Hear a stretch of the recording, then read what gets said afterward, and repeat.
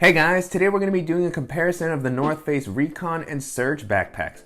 A little while back I did a comparison between the Recon and the Borealis backpack. That video did pretty well. It seemed like people found it helpful, so I wanted to do another comparison between the Surge and the Recon, which do have some similarities, but there's some key differences that might make one better for your particular needs. So really excited to walk through these with you guys. Before jumping in, if you're new here, welcome. My name is Danny, and on this channel we love reviewing popular travel and everyday carry gear. If you like these types of videos and you'd be interested in seeing more, please consider subscribing as it helps the channel out a lot.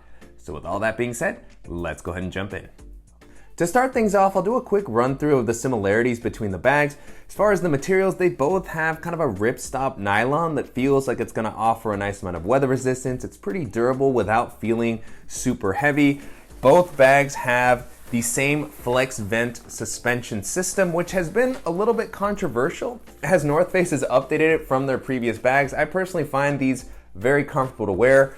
The straps are maybe a little bit thinner than prior iterations of North Face's bags. They don't have the same level of breathability, but they offer enough support for me, and I really like the padding that's offered on the back. There's some elevation to give you airflow. It's kind of a soft gel-like padding. You also have a frame sheet to help distribute the weight. The material on both of these isn't the most breathable here, but still it's a good trade-off for the amount of comfort that you get, and they felt great even while wearing them with a heavier load. Beyond that, they both have a really large top-loading main compartment that's going to swallow up anything you put into it, whether it's travel or EDC related. So packing cubes, books, pouches, tech, lots of space in both of these. They also both have a fleece-lined quick access compartment along the front, so it's going to be a good spot for items that are a little bit more delicate.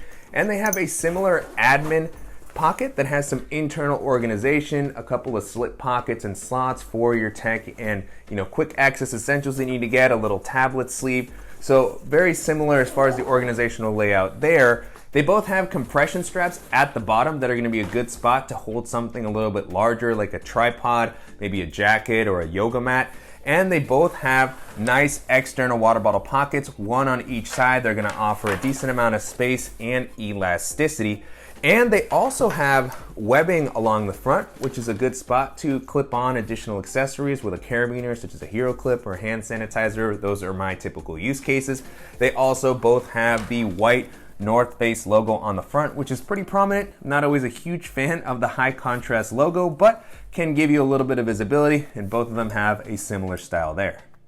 And then moving into the differences between the two bags, first up is the size. So the Surge is going to be slightly bigger. It comes in at around 31 liters versus the 30 liters for the Recon.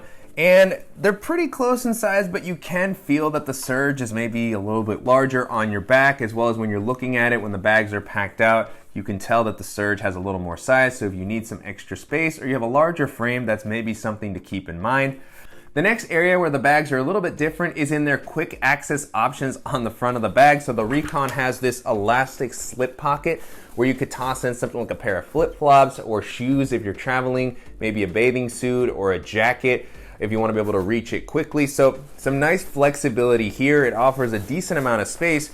The Surge, on the other hand, has two zippered compartments that are going to give you some extra organizational capacity. One of them actually has some internal organization, so if you're somebody who likes to have a little slot for all of your pens, your EDC items, or just some additional flexibility that's closed as opposed to the open nature of the slip pocket, the Surge definitely has an advantage there. So it just really depends on what type of item you're going to be carrying.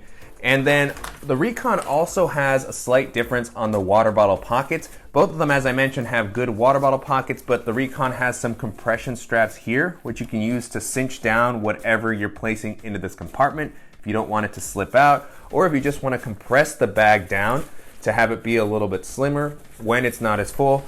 The Surge backpack actually doesn't have compression straps along the side, so that's something you'll keep in mind. It helps it maintain a little bit more of a streamlined look, but you do lose some of that functionality. And then the other key area where they're different is in their laptop compartment. This is something that I called out in the video that I did for the Borealis and the Surge. The Surge, as far as North Face's line, has one of the weaker laptop compartments in my opinion.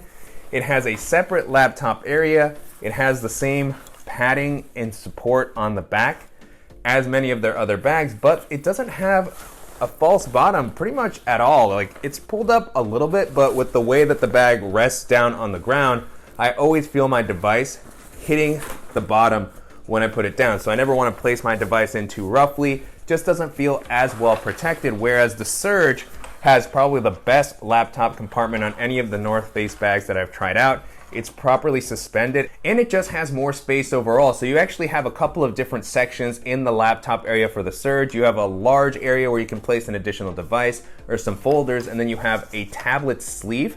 It's always great to have an additional area to protect your tablet.